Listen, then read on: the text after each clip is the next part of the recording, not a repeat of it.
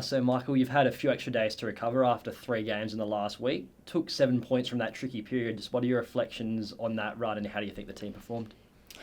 Look, I think any time you play 3 games in a week is always very difficult. So I think credit to the side mentally.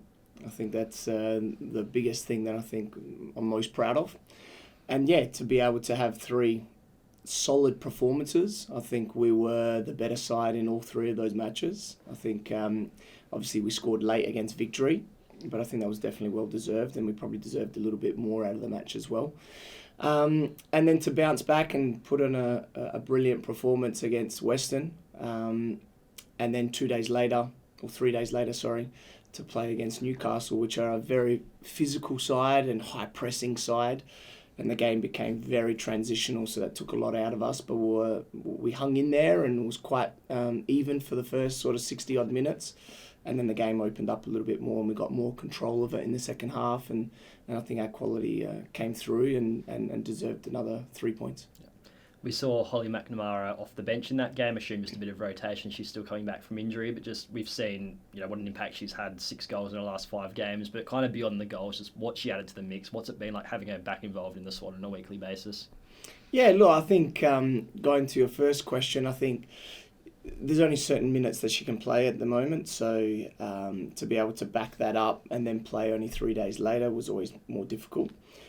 She was planned to not play or start against Western, but because the game got moved, luckily for us, she scored a hat-trick in that game and helped us win. So that was great for us and for her. But yeah, look, she's an excellent footballer. We got a very strong squad. She complements our front line really well. And I think one of the things that I'm most impressed with her is her ability to link. Everyone knows her pace and her ability to run in behind, but I think her link play and her support and timing of when to drop in and how to support in different areas of the park is, for me, what I'm very impressed with her.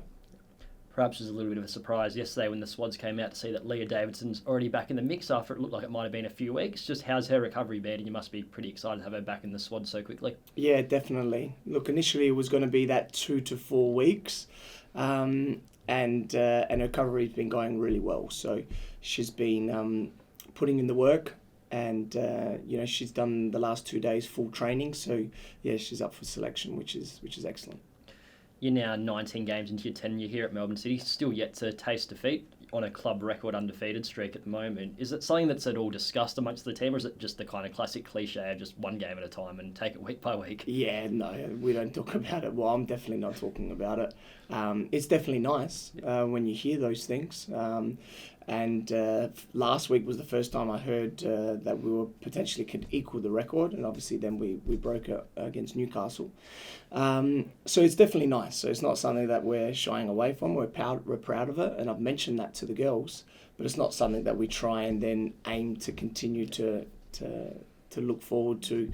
I think the main thing for us is focusing on our next actions and making sure that at the process of every single day we're improving, because we still have a long way to improve. There's still 3 or 4 areas in our team dynamic that I think we can get better at.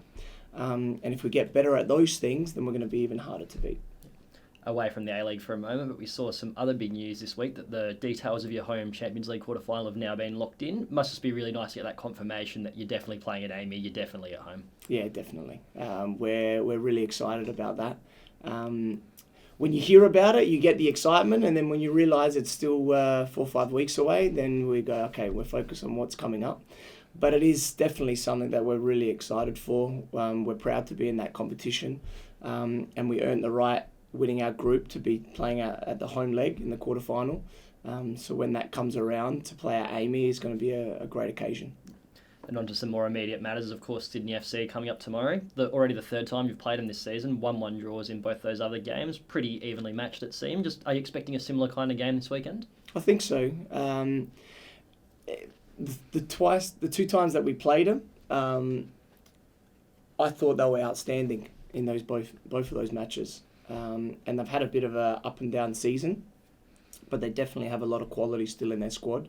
So we're not underestimating them for sure. And if they come out and press us and be aggressive like they were the last two matches, I think it's going to be a good match. I think we're getting used to teams doing that against us now, so we're able to deal with that a little bit better than maybe we did, especially the first time when they did that. I think it was round 4.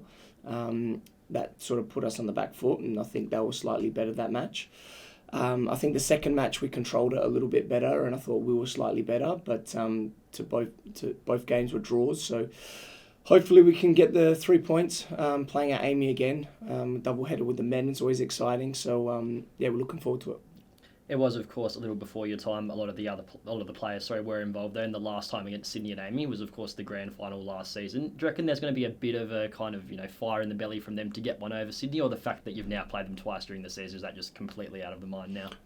Look, you probably have to ask the players that. It's definitely something I'm not hearing, or us as staff are hearing that through amongst the playing group.